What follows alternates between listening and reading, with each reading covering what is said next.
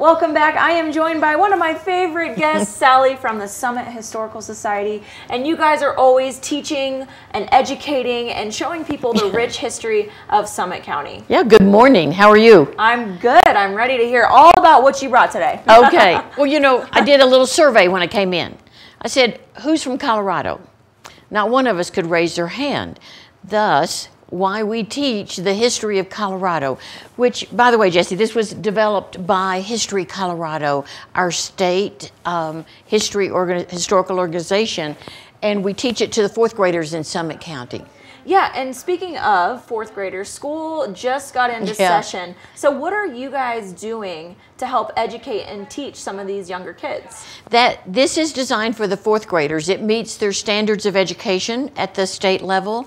For their testing, we take this fun, engaging map into, which we'll show you in just a minute, into the school and do a 1-hour program for Summit County, graciously funded by the Summit Foundation in cooperation with Breckenridge Heritage Alliance. So it's a very exciting program. Yeah, that is really cool. And I like that you're starting this rich history of our county so young. Because, I mean, I'm not from here. I'm from Kansas, and I've been out here for almost 12 years, and I still have so much to learn. And so I think getting into their heads super early and having them appreciate some of these really cool things, like the old schoolhouses and stuff. Yeah, exactly. I mean, 1883 is about as far back into history these kids ever can imagine.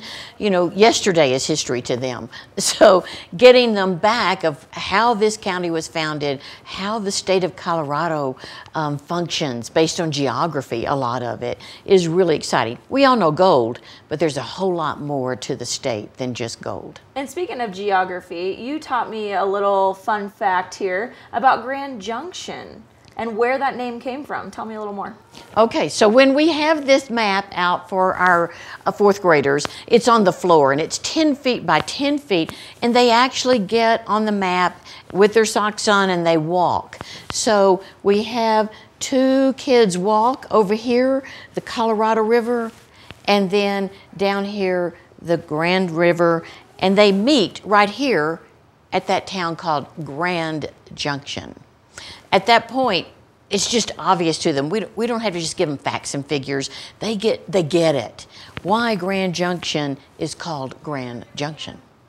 Yeah, that's really cool, and I just love how it's so interactive, because for me, like, I can read all I want to read, but when I am like hands-on and able to touch and feel things, then I actually remember things much easier. And so I think for a fourth grader, that makes a lot of sense. Absolutely. And then the next step after they do the geography is they get artifacts. They get a box of artifacts. And we talk about what primary sources are, photographs, objects, which one of them that's their favorite is the bison bladder, which was the original way they carried water.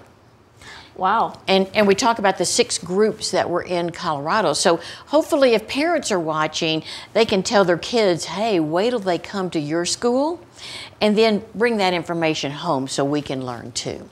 Yeah, well, you guys are always doing great things for the young and the older. And as we approach Labor Day weekend, anything going on, or what can people experience? Yeah, we have our normal schoolhouse tours on Saturday from 11 to 1. We welcome all families to come in and see how early education was in 1883 on Labonte, 403 Labonte, and we encourage them.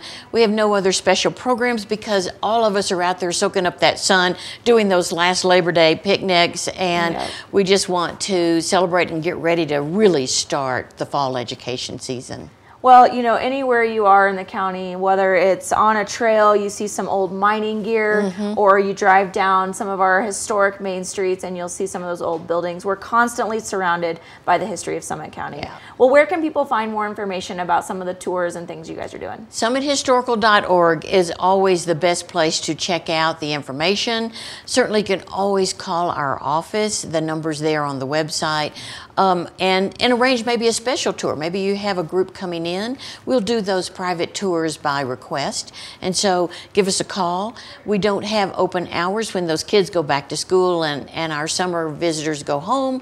And so we do special programs throughout the fall. So check it out on the website, and that's the best place to find SummitHistorical.org. All right, well, tons going on with the Summit Historical Society. Sally, thank you so much for joining us. Now I'm going to go take a trip down the rivers here and see if I can meet you in Grand Junction. How about that? That would be a great lot of history there, too. I like it. I like it. Well, much more ahead, guys. We'll have our answer for our watch and win. See who's taking home that 24 punch pass to the Silverthorne Rec Center. We'll be right back.